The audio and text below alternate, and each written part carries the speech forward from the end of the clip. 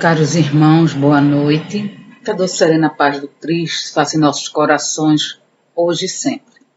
Meu nome é Mônica Oliveira, sou trabalhadora voluntária do Núcleo Espírita Alta de Souza, que fica em Recife, Pernambuco.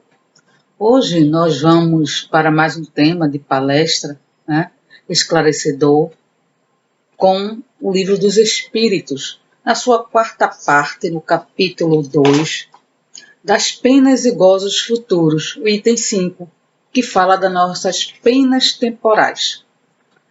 Antes de mais nada, vamos fazer a nossa prece para que possamos discorrer nosso tema de forma clara, buscando a inspiração dos bons amigos espirituais que atendem o Núcleo Espírita Alta de Souza. Vamos orar. Divino Pai Maior, Jesus, irmão de todas as horas, só temos a agradecer por mais um momento em que vamos nos deparar com teus ensinamentos, com teu evangelho salutar, onde nos esclarece a nossa condição espiritual, a nossa condição de espíritos imortais, buscando a nossa renovação. Que possamos discorrer o tema na clareza, com o objetivo e com o amor que consola e instrui, para que possamos absorver o melhor e podermos praticá-los em nossa jornada. Que tuas bênçãos de luz nos ampare e nos assista nesse instante e sempre. Graças a Deus.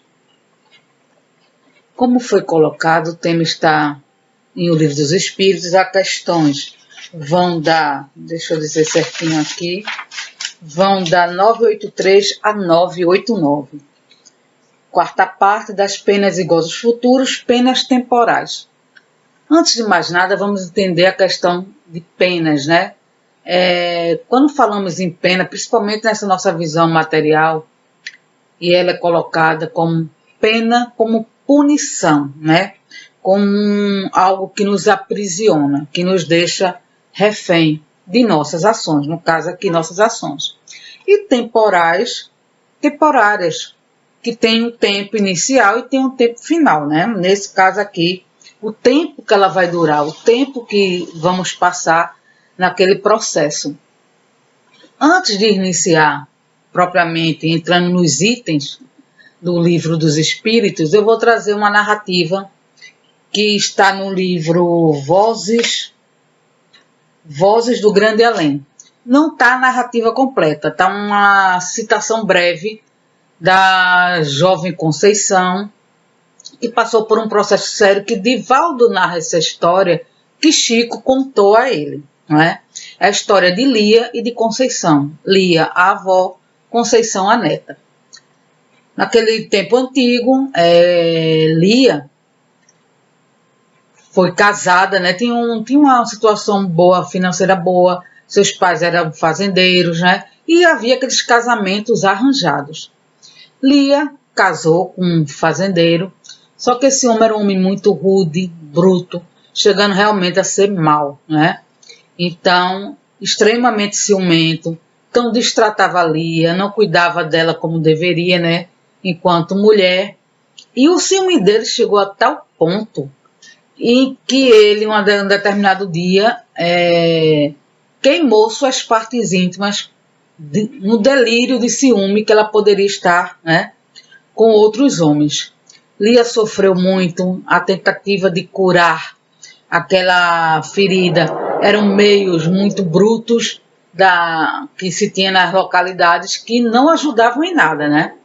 Até que uma curandeira da região conseguiu ajudá-la, e Lia conseguiu melhorar aquela situação.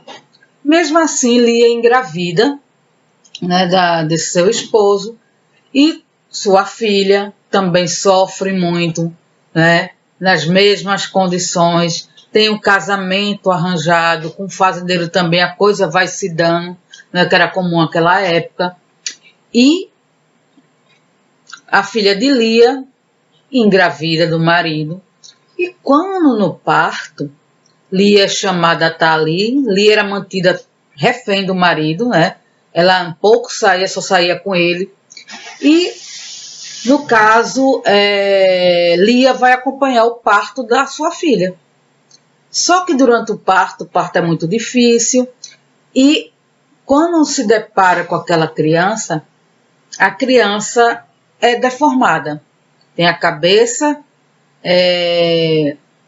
normal, mas da pescoço para baixo, narra Divaldo que Chico falou que parecia um parafuso, era um corpo todo retorcido e disforme. Além disso, Lia era surda-muda, né, as consequências dessa situação, e quase não enxergava. Naquele momento, a mãe, ao se deparar com aquela criatura, né, com aquele ser que vem num processo de expiação sério, joga a menina, que recebeu o nome de Conceição, joga longe. A avó, no desespero, ali vendo toda aquela situação, agarra aquela criança e foge para a mata. Criou-se até uma lenda na cidade referente a isso. E o que acontece? Ela foge, não consegue encontrá-la, na tentativa de salvar a neta e conseguir se libertar do marido, né? E ela foge, na mata tem uma choupana e ela fica lá criando a sua neta. Numa situação muito difícil, né? Muito fragilizada. As histórias continuam dizendo que é uma senhora na mata, que tem uma criança deformada e por aí vai.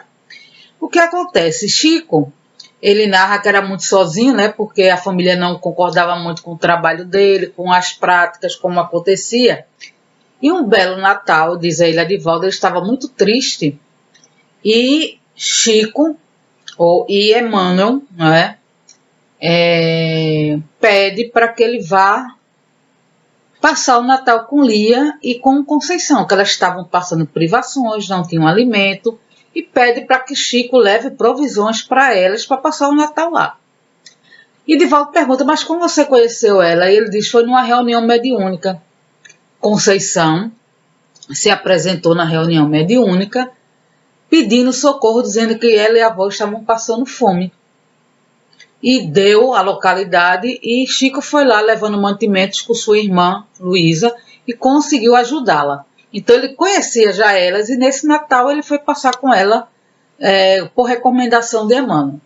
Chegando lá, ele narra a Divaldo da beleza do local. Era uma choupana, casa construída pau a pique, como chama, de barro com varetas, no meio da mata, sem o menor, né, com o mínimo possível.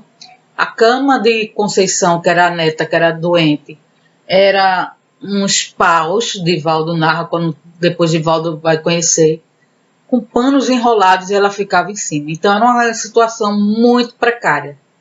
E Chico vai ajudar, né, vai no Natal, e conta que embora tudo fosse muito simples, mas espiritualmente aquele local era de uma luminosidade, de uma beleza, e ele narra que encontrou lá nesse dia Eurípides Bassanufo. E Eurípides narra, né, a situação delas e diz que elas são muito benquistas na espiritualidade, que são amparadas e que aquele é um resgate que elas têm que cumprir, né? Mas isso não são espíritos naquele momento revoltados, elas têm total consciência da sua necessidade de passar pelaquela prova e são resignadas. E daí, Chico narra da beleza do encontro com Eurípides, de todas as colocações, e ele narra que conheceu ela lá. Em um determinado momento, de outra oportunidade, elas estão passando muitas privações. E, novamente, na reunião mediúnica, nessa, Divaldo estava presente. E é quando Conceição se faz presente e pede socorro a Divaldo. A Chico diz que está passando muita privação e que ele pudesse levar um pouco de comida para elas, de alimento.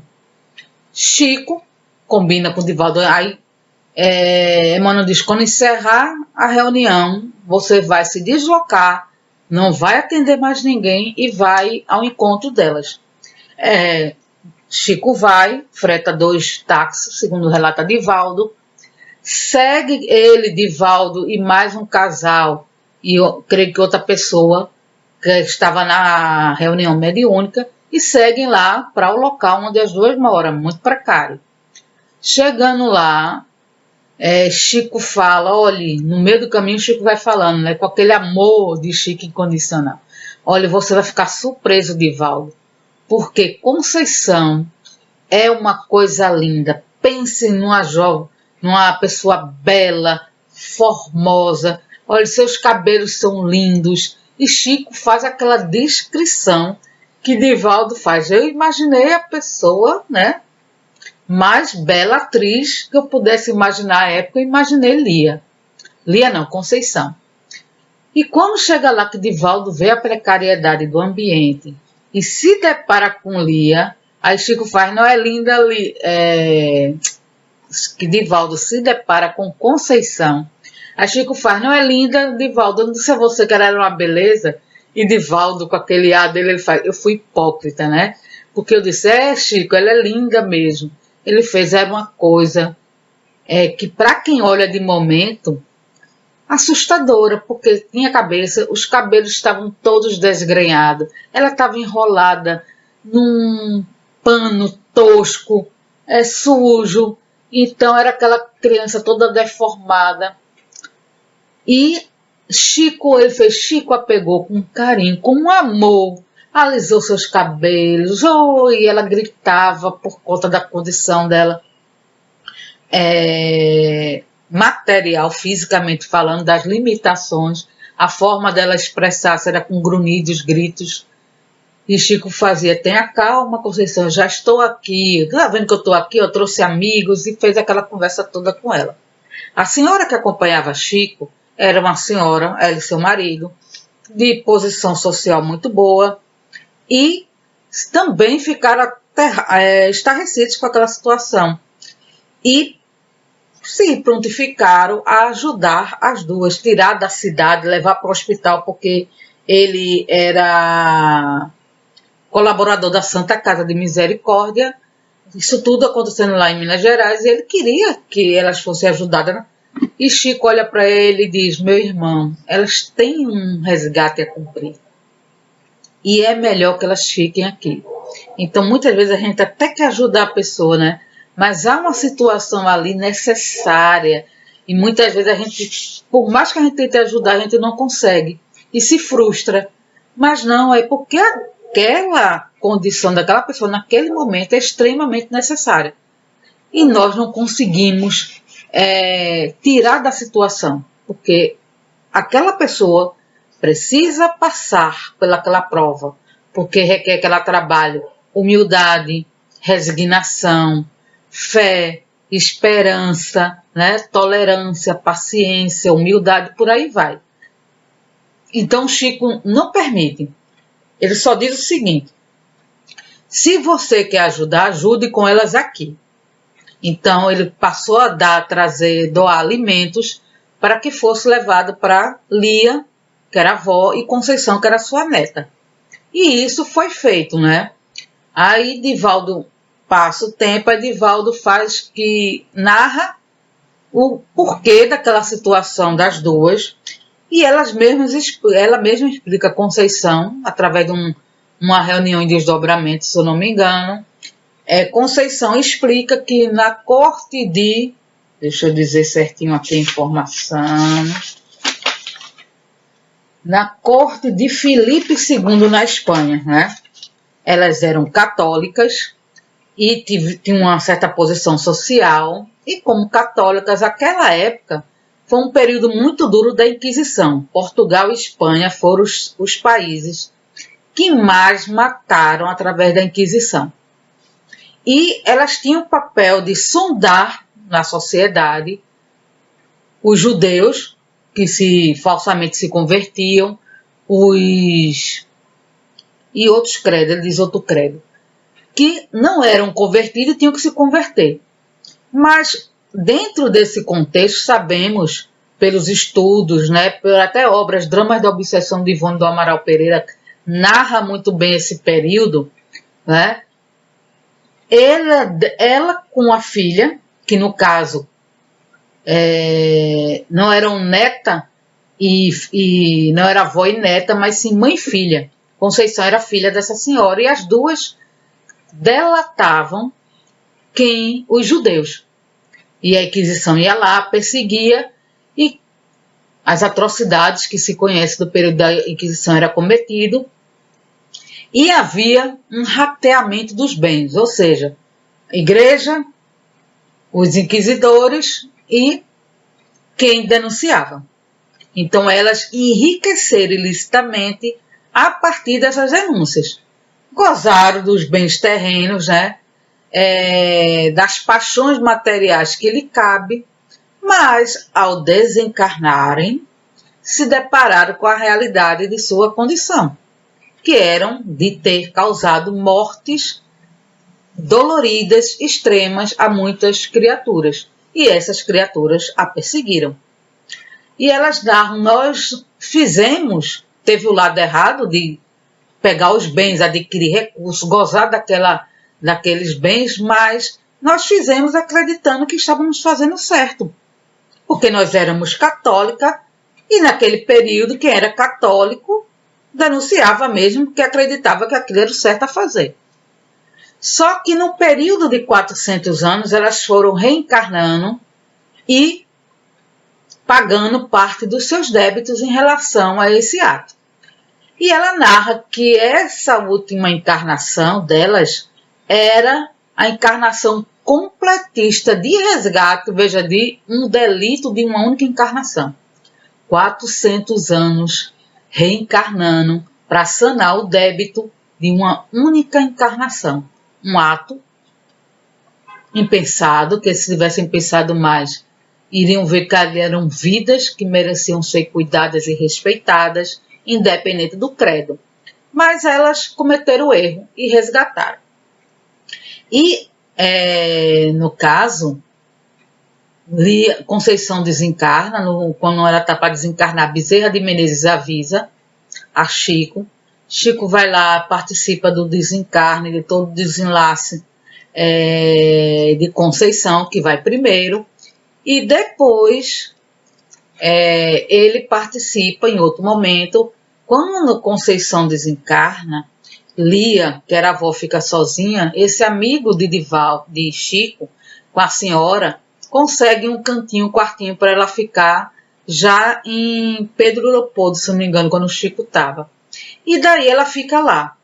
Mas um tempo depois, o período é curto, e essa senhora também vai acontecer o seu desenlace.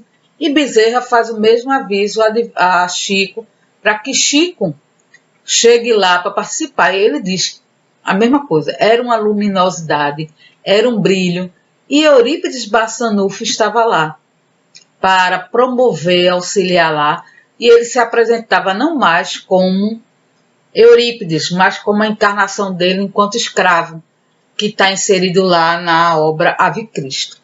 Então, há todo um processo dessas duas criaturas que cometeram um ato, que passaram por provas, né, que estão nessa situação. E agora, de fato, vamos ao nosso tema. Penas temporárias. Dentro das questões, é sempre a pergunta, né, lembrada, que se as experiências, a nossa experiência material, quando passamos pelos sofrimentos, se esses sofrimentos meramente materiais se encerram com o nosso desencarne. Quando fica no plano espiritual, a gente só leva a questão moral. O caso de Conceição, ela já estava numa encarnação completista. Ela já tinha um sentimento de resignação, né, grande. Ela já conseguia. Mas mesmo assim não quer dizer que quando ela fez o processo dela de desencarne, automaticamente ela adquiriu a forma dela saudável, né?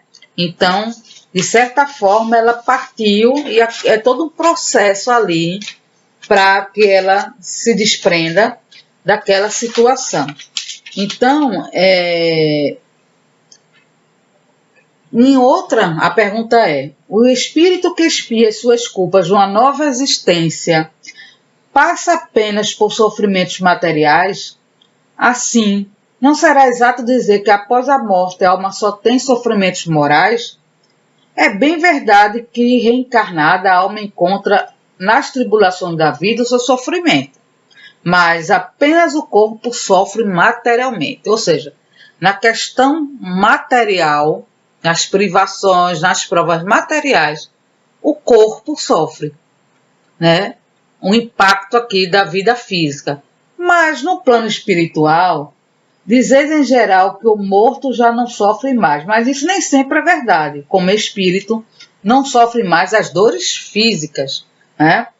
Mas, segundo as faltas que tenha cometido, pode ter dores morais cruciantes.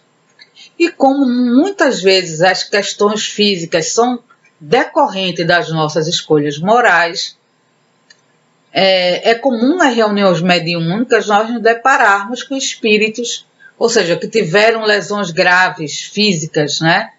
E continuam com essa percepção, porque o perispírito é moldado à maneira do corpo humano e a mente, quando passa por aquele processo no corpo físico, leva aquilo consigo. Então é comum nós vermos espíritos dizendo: ah, mas eu não tenho um braço, eu não tenho uma perna, né?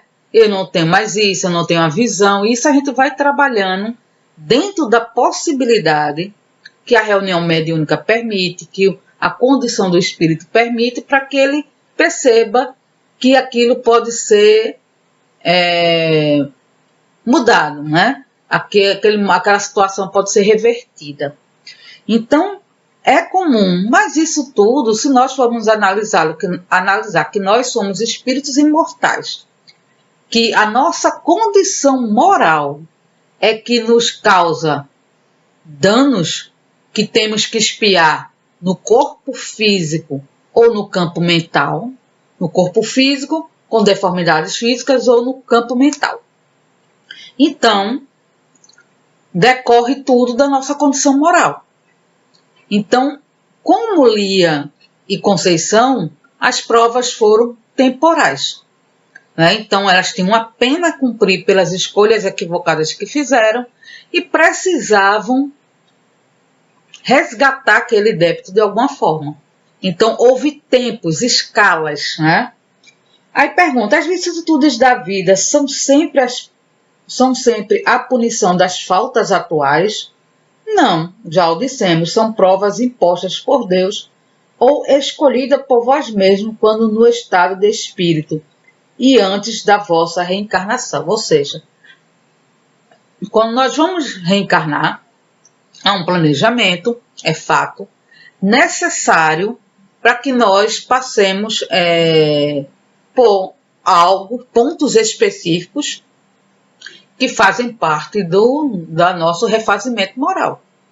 Então, boa parte quando fazemos o planejamento, estamos visando algo que fizemos em outro momento, não é? Então, chegamos aqui para resgatar esse momento. Como Lia e Conceição.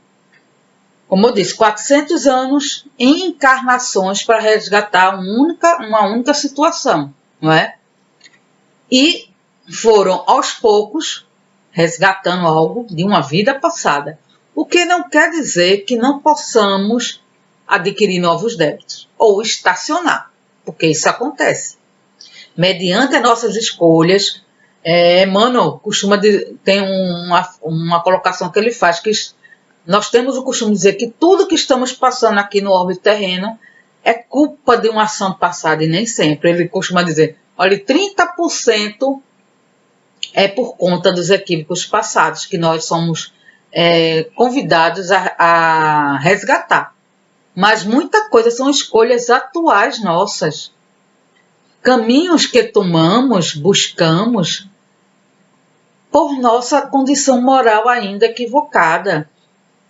Se sabemos que temos uma má inclinação para determinada situação, é um alarme, é um alerta para que possamos, naquele ponto, nos esforçar mais para vencer. Só que, mediante a nossa fraqueza, caímos mais em que sentido? Não conseguimos nos vencer naquele ponto e ficamos estagnados naquele erro. Se desvio moral através do álcool, Eu venho para resgatar, mas me deparo com a situação que eu tenho que ser forte, eu tenho que ser perseverante para vencer aquele vício e eu não consigo. E muitas vezes aquele espírito, dependendo de como ele conduza aquela má inclinação dele, ele é tirado antes do tempo da reencarnação, por misericórdia divina, para que ele não avance, porque o espírito não pode retroagir, ele tem que avançar. Então, se ele chegar no estágio em que ele vai retroagir, a espiritualidade vai entrar em cena para, pela misericórdia divina, cessar aquela encarnação para que ele não padeça mais. Aí diz, mas e se a gente reencarna, a oportunidade de reencarnar em mundos menos grosseiros, é uma recompensa pelas nossas boas ações? Sim. Nós já escutamos falar a narrativa que Bezerra de Menezes, mediante todo o bem que ele fez enquanto encarnado na Terra, ele tinha o merecimento de não mais ficar no orbe terreno, migrar para uma esfera superior para avançar no seu processo. E ele, com amor que tinha a pátria do Evangelho, né, aqui ao orbe terreno, ele pede para permanecer aqui para ajudar no avanço da humanidade. Veja o nível de elevação desse espírito. Então, na obra também... Eita, deu um branco agora, de Emmanuel, que é com Alcione, Renúncia. A Alcione já estava num nível maior, em outra esfera, onde ela estava buscando sua evolução. E para ajudar o espíritos amigos, que foram seu pai e sua mãe, e aquele que foi seu amado, Polos, ela sai da esfera que está, numa condição superior, mais tranquila, harmoniosa, em evolução, e volta para o orbe terreno para auxiliar esses irmãos na sua renovação reencarnatória. Consegue de alguns, de Polos, infelizmente não, as escolhas dele continuam equivocadas. Mas ela faz esse processo. Então, por merecimento, todos nós, mediante as nossas escolhas, nossas ações, como vamos conduzir nossa encarnação terrena, nós vamos avançar. E vamos sim, por merecimento, poder estar em outros orbes que já saíram, por enquanto a Terra, planeta de expiação e prova, passando por uma transição para mundo de regeneração. Ou seja, se tiver um espírito, quando a Terra estiver na sua condição de regeneração, né, tiver um irmão em outro orbe de expiação e prova que avance e tenha um merecimento, ele pode ser conduzido a reencarnar na Terra para dar procedimento à sua evolução. E aí, ele vai chegar e reencarnar logo? Não, ele vai passar um tempo na espiritualidade, sendo preparado com os fluidos do orbe, para modelar seu perispírito com os fluidos desse orbe terreno, né? E daí poder reencarnar. Então não é nada automático, é todo um processo, né? E continua Kardec com suas perguntas. Na 986, o espírito que progrediu na sua existência terrena pode às vezes reencarnar no mesmo mundo? Foi o que eu estava comentando agora, né? Pode. Então, Alcione já estava numa condição mais elevada e volta ao planeta Terra para auxiliar. E é interessante, chega a ser engraçado o comentário, porque ela faz o pedido ao seu orientador espiritual naquela localidade, né? E ele tem que pedir autorização a um superior ainda para permitir que ela saia daquele orbe e volte para a Terra. E na hora que ela recebe o sim que pode, né? E é interessante uma colocação que ele faz a ela: lembre-se que, embora você esteja numa condição mais evoluída, você chegando na Terra, você vai sofrer a influência do ambiente. inclusive de Pollux, que tinha vínculo afetivo grande com ela, né? E que ele podia causar danos no processo dela, que ela teria que ser muito forte para resistir o que poderia acontecer da aproximação dela com ele. E ela foi esplendorosa no seu cumprimento do evangelho, que já tinha feito ela evoluir um pouco, né? Estar à frente. Ela não era um espírito puro ainda, evoluído em todos os seus graus, mas ela já tinha alcançado um nível maior do que daqueles, não é? A qual ela foi prestar socorro. E daí, tantos outros já passaram por essa situação. Então, o próprio Jesus, na sua condição, veio nos socorrer. Não precisava, mas veio, talvez assim como uma falange de espíritos que o acompanhavam, Maria de Nazaré, José, eram espíritos que a gente percebe que tinham um grau de evolução muito superior. E daí se comprometeram a encarnar uma missão. Então, por missão, muitos espíritos vêm ao orbe terreno. O que acontece com um homem que, sem praticar o mal, nada fez para se libertar da influência da matéria? Ou seja, aí responde, desde que não deu nenhum passo na direção da perfeição, deve recomeçar uma existência semelhante à que deixou. Então, muitas vezes a pessoa está aqui, está numa situação confortável, digamos assim, né? Tem uma reencarnação, uma situação que lhe favorece para que ele progrida, avance, e a criatura não sai do canto, não se modifica espiritualmente falando. Fica preso na condição material, nada faz para crescer, para evoluir. E daí acha que com isso, né, angariou merecimento, porque não fiz nada de mal, mas também não fez o bem, não procurou se modificar, ficou estagnado, uma situação que lhe era aparentemente confortável, e daí não fez nada. Como diz aqui, vai voltar do mesmo ponto em que ficou. A gente sempre faz analogia, nós sempre fazemos analogia com o nosso estudo, né? Nosso conhecimento acadêmico, de estudos que fazemos aqui na Terra. Então, começamos com uma criança, na alfabetização, e vamos passando. Conforme ficamos com pendências em disciplinas, nós vamos ter que cumpri-las. Então, eu não vou avançar enquanto eu não cumprir aquela, porque aquele é um ponto necessário para que eu continue. Então, assim são com nossas reencarnações, né?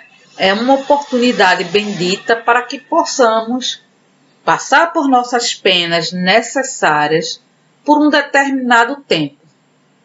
É fato, quanto mais eu me esforçar, quanto mais eu fizer por onde, o tempo daquela pena vai afunilar. Na obra Amor e Ódio, de Ivone do Amaral Pereira, a história de Gastão, tem uma situação assim. Ele passou, né, em outra encarnação ele cometeu um delito, fez com que seu irmão ficasse preso no seu lugar. E na encarnação atual, esse irmão vem como amigo, e por determinada situação eles amavam a mesma mulher, e se arma, né? O pai dessa jovem arma para que ele seja preso por questões políticas, quando na verdade eram inverídicas, mas ele foge a tudo. Então Gastão fica preso numa ilha, não é? Por um determinado tempo. Aquele que ele tinha de resgatar do passado quando seu irmão ficou preso por culpa dele. E daí, quando chega o tempo, não é a sociedade por reconhecimento do equívoco que solta ele. Cria-se uma situação em que ele consegue fugir. Então ali findou o tempo em que ele tinha de resgate. E ele vem até para o Brasil. A história é belíssima, quem puder, leia o livro, estude Amor e Ódio, de Ivone do Amaral Pereira. É fantástico, né? Porque Gastão chega a conhecer na época que acontece o fato, era a época das descobertas das mesas girantes, né?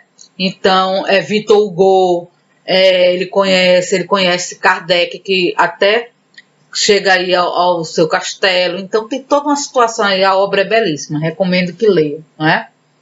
E daí, nós vamos percebendo que o nosso esforço é extremamente necessário.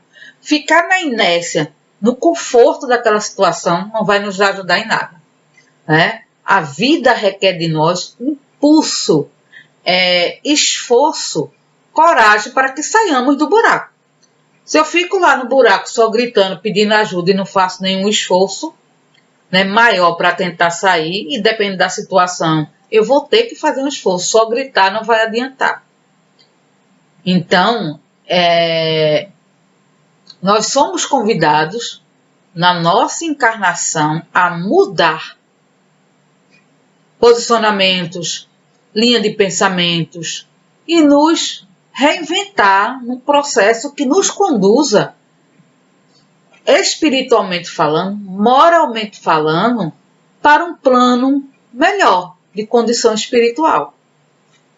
É fato que, como Bezerra de Menezes, como Alcione fez, nós podemos retornar e auxiliar.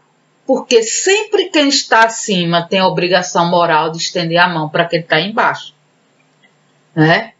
Não com o intuito de humilhar, de desfazer, de diminuir, mas sempre com a indulgência que o Evangelho nos convida, que o Mestre Jesus nos convida, e Kardec trabalha muito bem no Pentateuco. É sempre nos lembrando que a nossa questão moral é o nosso grande desafio na nossa encarnação, para que possamos passar por penas temporais e que esse tempo seja de acordo com o nosso esforço. Nos esforçando, será encurtado, é fato. Aí continua.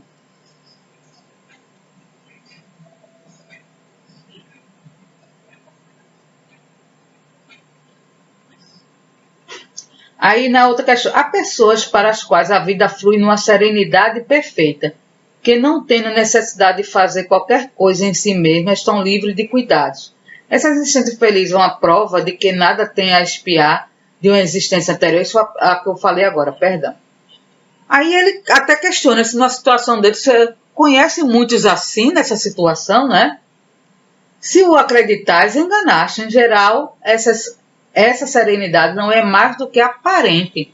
Pode ter colhido essa existência, podem ter escolhido essa existência, mas quando a deixam, percebem que ela não os ajudou a progredir. Então, como preguiçosos, lamentam o tempo perdido. Saber que o espírito não pode adquirir conhecimento e se elevar, senão através da atividade, né? Realmente, o amor é ação. Se ele adormece na despreocupação, não se adianta. Então, isso é fato, né? É como pessoas, às vezes, que estão numa situação financeira boa, recebem herança, né? E por vir de família rica, com vasto recurso, não se esforçam em fazer algo. Ficam só absorvendo e se estagnam, né? E quando os pais morrem, quando recebem a herança, perde tudo. Porque não sabe, não estudou, não procurou os meios de como administrar aquele recurso. E perde. E daí fica numa situação que vai ter que aprender, né? Como disse, não aprende pelo amor, aprende na dor. E pela dor vai ter que aprender a sair daquela situação. E para finalizarmos, né, na questão 989, há pessoas que, sem serem positivamente mais, tornam infelizes em virtude de seu caráter todos que a rodeiam. Qual é para elas a consequência disso? Essa pergunta é muito interessante.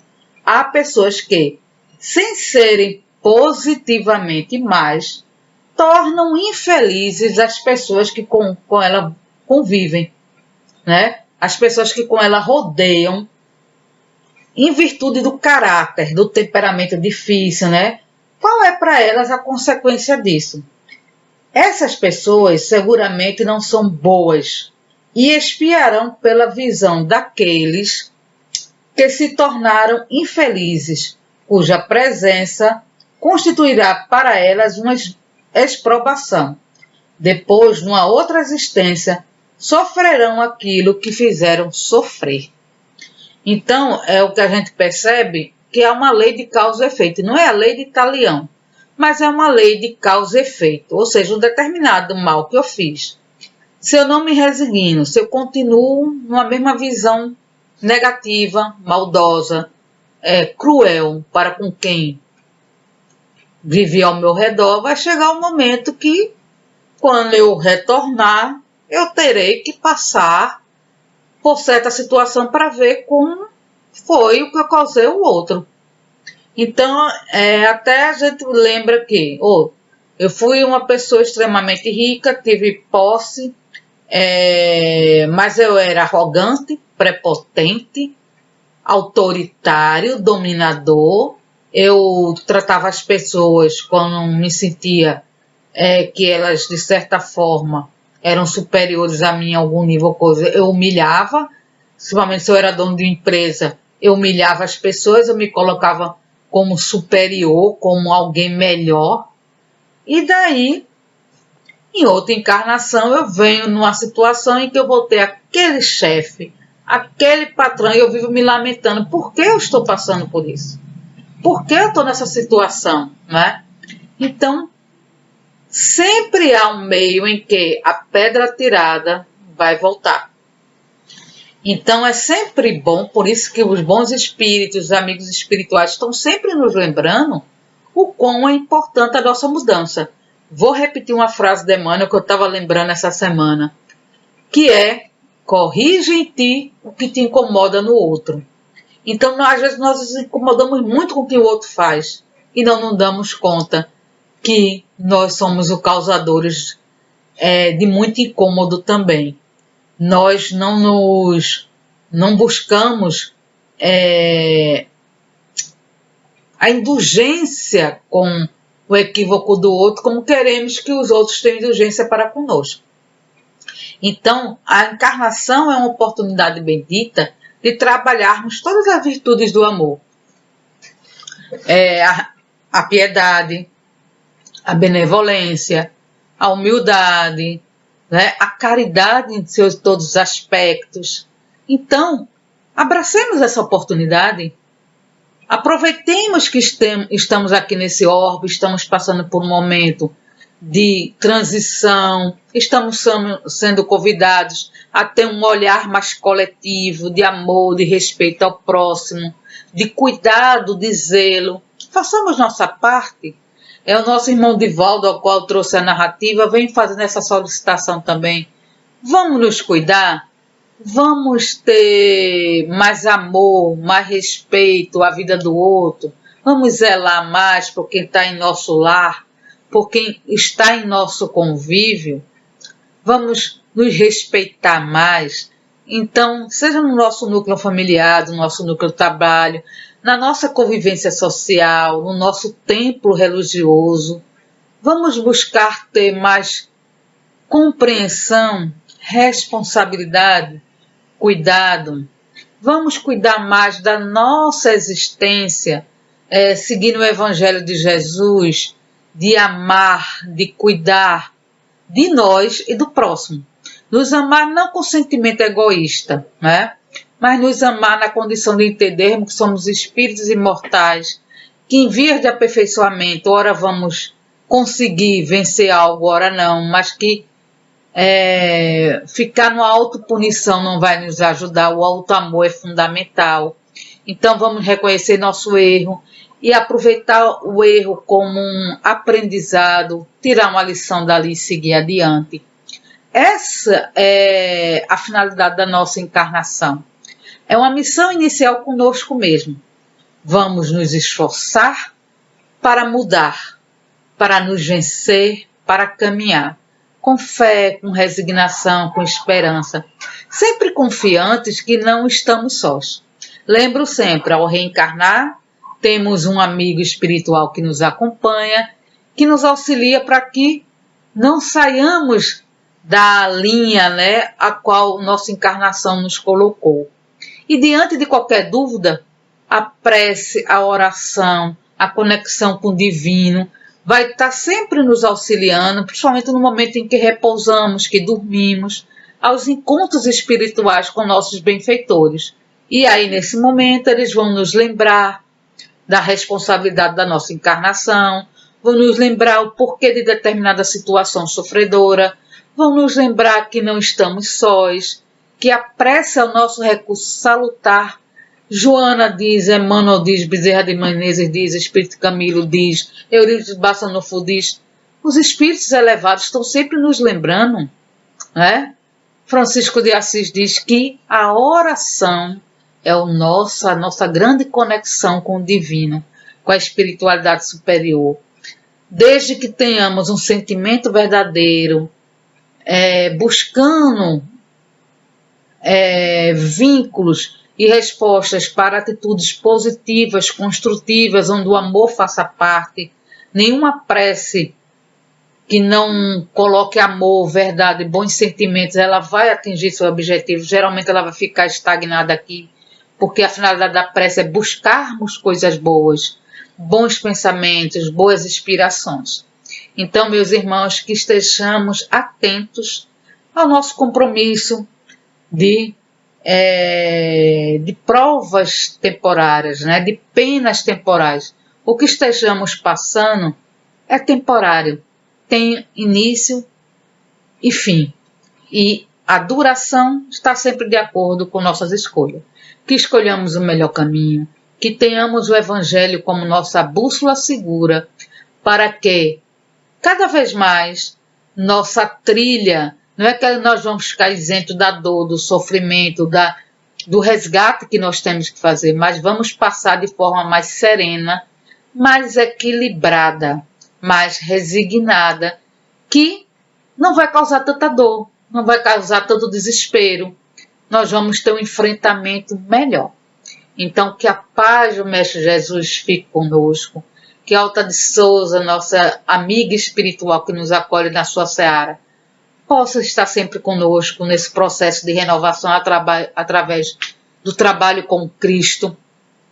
O Núcleo Espírita Alta de Souza está com suas portas abertas aos sábados nas reuniões presenciais, com o atendimento fraterno, com o passe coletivo, para auxiliar aqueles irmãos que no momento estão necessitados de uma ação, né, para eles mais efetiva, estar presente na casa espírita. Então, aos sábados, às 19h30, às 20 horas, ocorre a palestra pública, aberta ao público, temos um limite atendendo a situação atual de 130 lugares, mas tudo está transcorrendo muito bem, então no momento não é necessária inscrição, e vocês podem ir, quem mora aqui em Recife, né, quem está aqui, pode, ou em outras localidades vizinhas, que sentir a necessidade, pode chegar à nossa casa, será muito bem recebido. Então, o Núcleo Espírita Alta de Souza está com sua atividade do sábado de reunião pública em atividade. Permanecemos com o nosso trabalhos sociais de entrega de cestas básicas às famílias necessitadas, de enxovais. Então, continuamos arrecadando alimento e itens para enxovais. Então, quem puder colaborar, continua colaborando, ajuda aí no seu processo reencarnatório com a ação do bem e do amor. Quem tiver em outras localidades que estão passando por dificuldade, com as chuvas, né, com tudo que está acontecendo também, que possam ajudar, ajudem, por misericórdia divina, seu semelhante, né? Faça esse trabalho social, certo? Então, gratidão a todos que acompanharam e vão assistir após a palestra pelo nosso canal do YouTube.